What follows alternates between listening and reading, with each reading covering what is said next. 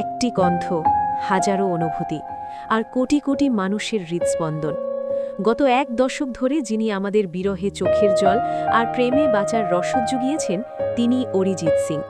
হঠাৎ করেই যেন সুরের আকাশে একটা কালো মেঘের ছায়া।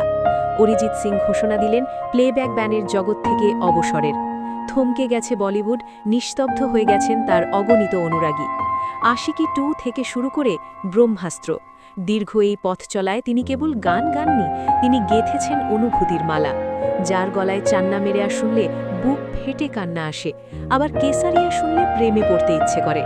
সেই জাদুকরী কণ্ঠ কি আর শোনা যাবে না রূপালী পর্দায়?